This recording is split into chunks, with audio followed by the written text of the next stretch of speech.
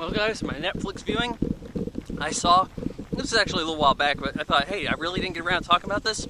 Mortal Kombat, the 1995 film starring Robin Shaw, Lyndon Ashby, Bridget Wilson, directed by Paul W.S. Anderson in his Hollywood directorial debut. This being right after, I think, Shopping was 1994. Goodness sake. Anyhow, this is a movie I enjoyed. You know, maybe looking back on it, you know, now that I'm kind of, well, I was professional as a film critic, looking back at this, you can kind of see some faults, but let's get into it. So, the movie starts out, see, I'm trying to think, how did this movie start? Well, you have Robin Shaw, he's dreaming that his brother died fighting Shang Tsung. He's invited to this tournament to avenge his brother's death, save his soul. Not really believing in some of this stuff anyways. But I guess he was a monk and he's this great fighter. Lyndon Ashby plays Johnny Cage wonderfully.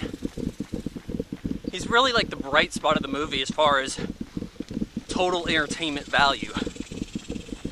And I've heard, you know, and looking back at it, you're like, yeah, maybe this makes sense that he's basically filling in for Jean-Claude Van Damme.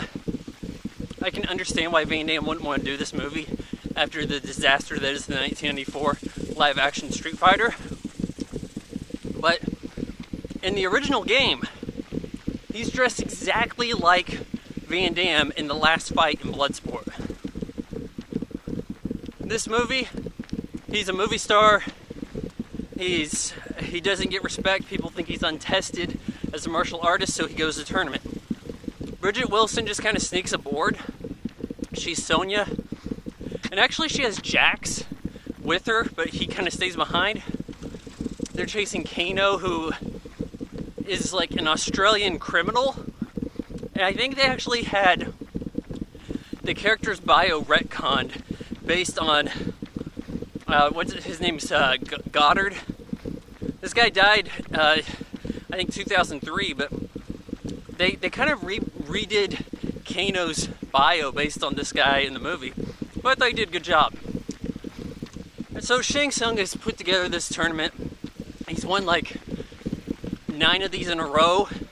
There's like a tournament every 100 years, which is every 100 or every 1,000 or something, but it's like if he wins 10 in a row, he gets to take over Earth because the realms mix up.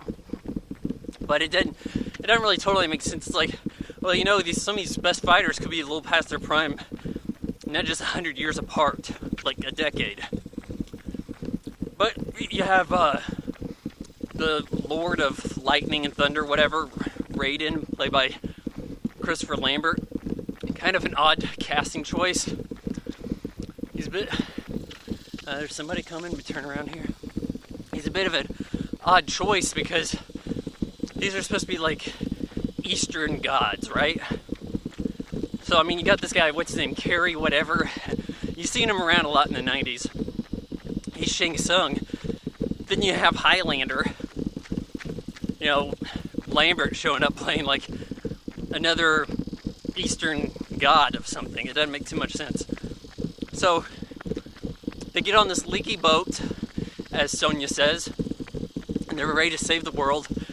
Raiden is looking over them. They get to this fortress where they have the tournament. They are introduced like Sub-Zero and Scorpion. Excellent costumes. And they're bitter enemies, but they're under the spell of powerful sorcerer Shang Tsung. Goro shows up. He's like the reigning champion of Mortal Kombat. And, you know, he's there to fight whoever. And then the fights really start to get divvied out. We got Princess Katana shows up, gives information to Liu Kang for the hell of it. You know, it's just kind of like we needed to have her character in there. Which is kind of strange because most of the characters in this movie are based on the first video game from like 92. And then she shows up. And then other than that, you know, I mean, cameo with the Emperor at the end. Those are the only two characters. Okay, Jax from the second game. Maybe I spoke too soon. But the fights go down, and this is where the movie ages. You don't have any of, I guess, Paul W.S. Anderson's hallmarks. Unnecessary slow motion.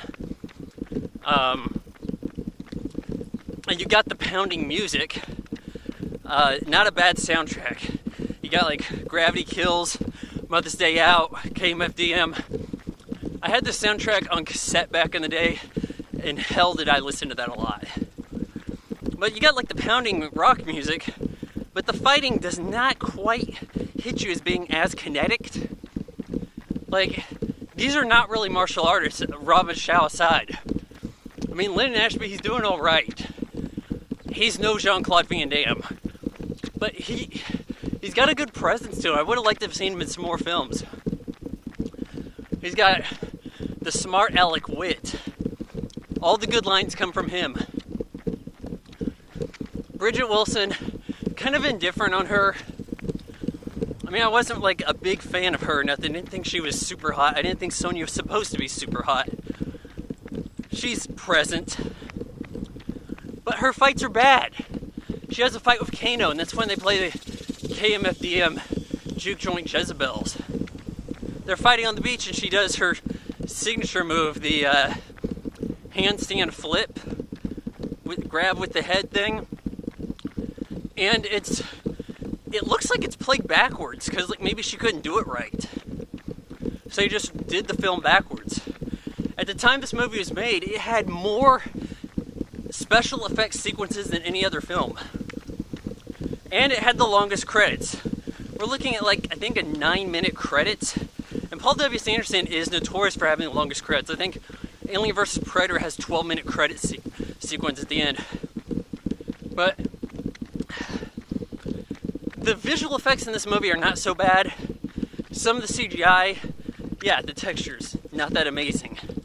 That's going to age it. Makeup effects, excellent. Goro, outstanding. I mean, I've looked at some videos online on YouTube from ADI who put together the Goro costume. The mouth, everything about it's just pretty awesome. Like, it's really quite seamless how they were able to add arms to a guy and make him into Goro, and even have a robot head that moves correctly. I think it was probably the ADR guys that kind of dropped the ball in getting the lip syncing. Okay, somebody's coming this way. Is he going to turn here? What's going to happen? Oh, no, I'm good. Okay. So, as the fights go on, we get Johnny Cage versus Scorpion. Probably the fight of the movie. He does his shadow kick and is teleported to Scorpion's lair when he teleports. And that's a really cool set. I think at the time this was like the world's biggest soundstage where they did Bond films. And Johnny Cage fights Goro. So he does, the ball punch. Johnny Cage's signature move, really. Split and then punch to the groin. Taken from Bloodsport. And that finishes off Goro. So he just took down Scorpion and Goro, probably like the two toughest dudes. And Shang Tsung says that he's going to be facing him. And then all of a sudden Liu Kang jumps in. No, you'll face me. No, I'm scared to face you. Like, what? I think Johnny Cage could have handled this shit. He didn't need any kind of like hints from Princess Katana. So, yeah, that's a bit odd. The pacing of the movie, it's not a long film, but the fights are just kind of lame at times. And I think that makes it feel slow. Like, they get into this little fisticuff with some guards. All these guards are like shirtless, long black parachute pants with a scarf over their face. And at one point, like Liu Kang, they set this up like this is a big move. He just does like a cartwheel by some stairs and then whew, gets in a fight stance. It's like, why do we even have a shot of that? I mean, just looking back, you think, oh, for a Mortal Kombat film, and this didn't really dawn on me at the time, but it was PG-13, not super bloody. What was the game known for? Super bloodiness. In a way, it doesn't like stand up to what the legacy of the games is. The fighting's not great, and there's not a lot of nasty dismemberment. But this is about as good of a movie as a tournament fight movie gets to be outside of Enter the Dragon. Easily the best since then. And there really hasn't been a better one since. I'm giving Mortal Kombat 1995 2.5 out of 4 stars.